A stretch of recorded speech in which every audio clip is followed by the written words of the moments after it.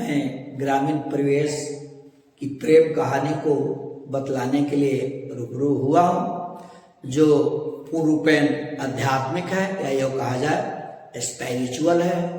एक ग्रामीण परिवेश में एक मिडिल स्कूल है, मध्य विद्यालय है, जहाँ मनीष का नामांकन वर्ग 6 में होता है और उस मध्य विद्यालय का एक पोषक गांव ब्रह्मपुर है, जहाँ काजल नाम की एक लड़की अपने मामा घर आती है और उसका भी नामांकन उस मध्य विद्यालय में के वर्ग 6 में होता है।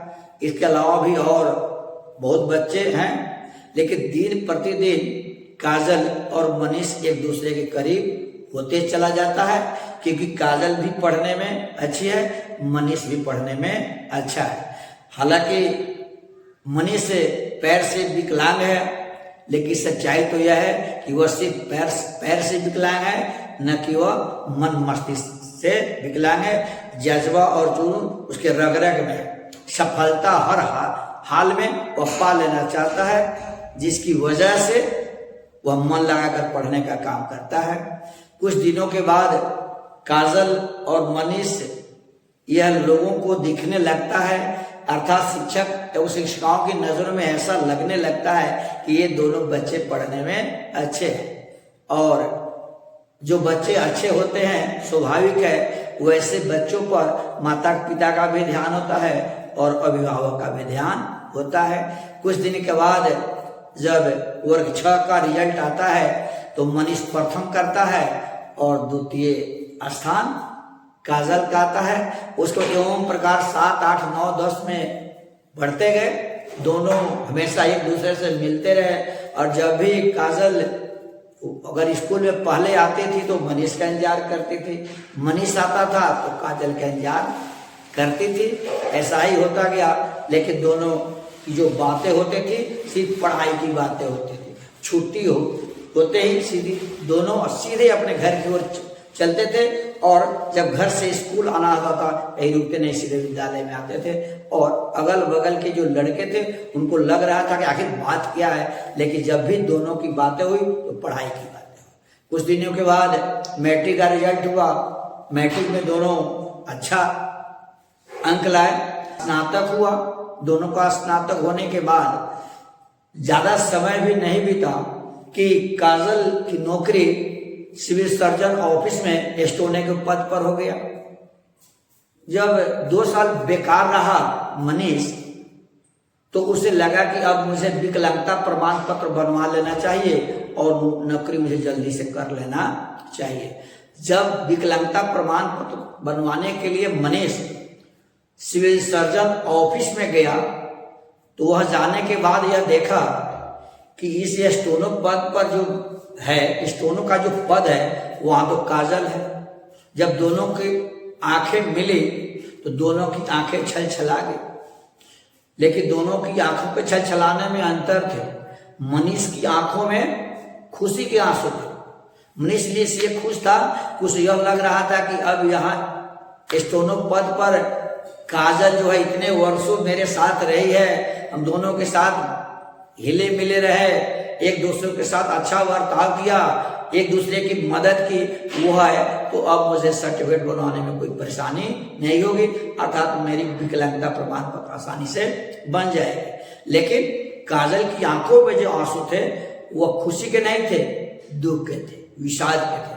उसको यह लग रहा था यह मनीष इतना अच्छा पढ़ने में जो लड़का था, भला इसको नौकरी क्यों नहीं। तो वह प्रस्ताव रखा। मनीष कहा कि मुझे विकलांगता प्रमाण पत्र बनवाना है, तो यह काजल बोली कि नहीं, तुम्हें विकलांगता प्रमाण पत्र नहीं बनवाना है। या मनीष बोला क्यों? कहा कि तुम तो पहले यह हमसे कहता था कि मैं मन लगाकर पढ़ता हूं और मेरी नौकरी विकलांगता में न होकर अन्य कैटेगरी में हो जाए तो मेरे बदले अन्य किसी विकलांग को तो लाभ हमसे हो जाएगा, मैं विकलांगता में क्यों जाऊं। तो वही काजल बोली तो फिर आज क्यों बनवा रहे हो? तो वह मनीष अपनी असमर्थता को प्रकट किया कि मेरे पास अर्थाभाव है, मेरे पास पैसे की कमी है, इसलिए अब ज्यादा दिन मैं इंतजार नहीं कर सकता। तो काजल बोली ठीक है, तुम्हें विकलांगता प्रमाण पत्र बनवाने की जरूरत तुम्हें नहीं है, मैं तुम्हें खर्च देता हूं, जाओ तुम पढ़ाई करने का काम करो।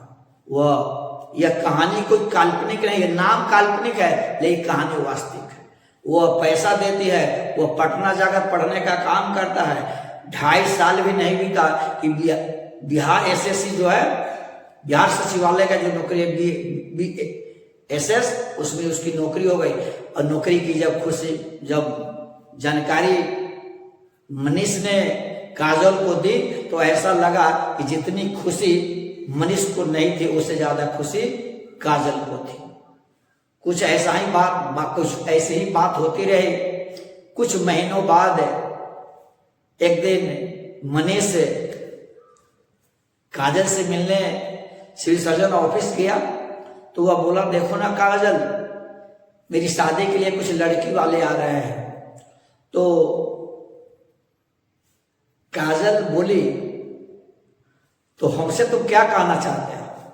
तो बोली, वह मनीष बोला कि मेरे जीवन को बनाने में तुम्हारी बड़ी भूमिका रही है, और जिन्हें अगर जीवन में माता पिता के बाद अगर किसी ने प्यार दिया है तो वह दिया है, तुम क्या कहना चाहती हो? तो वह बोली, काजल बोली, मैं अपना दिल तुम्हें दे चुकी हूं, मैं वर्षों पहले अपना दिल तुम्हें दे चुकी हूं, निर्णय तुमको करना है। तो वह अब मनीष बोला कि तुम्हारे पिता जी विधायक रहे हैं, जिस मामा के यहाँ तुम रहती है वह मुखिया है, वे पूर्व जिला पार्षद है, क्या वे शादी होने देंगे? और सबसे बड़ी बाधा तो हम लोगों में यह है, मनीष बोला, सबसे बड़ी बाधा तो यह है, भले हम लोग कैटेगरी एक हैं लेकिन जातियां तो अलग अलग है।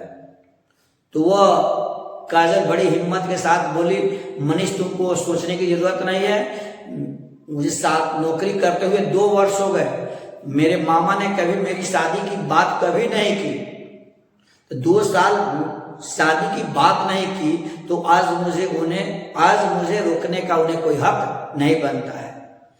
तो फिर मनीष कहा, ऐसा करो, एक बार मामा से मिल लिया करो, मामा से सहमति ले लो। काजल बोली कि मैं मामा से सहमति कैसे लो, उनके पास जाने की मेरी हिम्मत तो नहीं होती।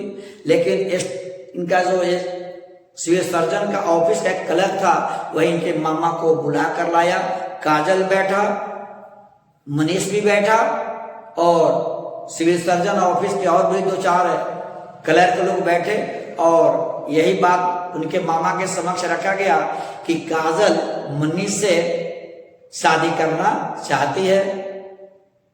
तो मामा की महानता, मामा देखे कि यह विकलांग है, इसके अपेक्षा मेरी भांजी बहुत अच्छी है, लेकिन मामा की महानता नहीं कहा, उसकी महानता कही जाए, उन्होंने यही कहा कि अगर मेरी भांजी अगर किसी को दिल दे दिया है, मेरी भांजी ने किसी को अपना पति मान लिया है, तो हमें इसमें को स्वीकार करने में कोई कष्ट नहीं है। अतः भांजी की खुशी मेरी खुशी है। अतः मामा ने इस शादी को खुशी खुशी स्वीकार कर लिया, और बार बार यही कहते रहे कि भांजी की खुशी में मेरी खुशी है।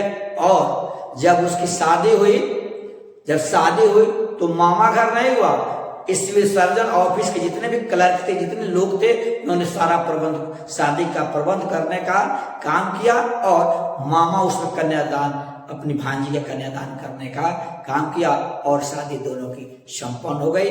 यह मेरी स्वनिर्मित कहानी है। यदि कहानी अच्छी लगी हो तो लाइक एवं सब्सक्राइब जरूर करेंगे। जय हिंद, जय।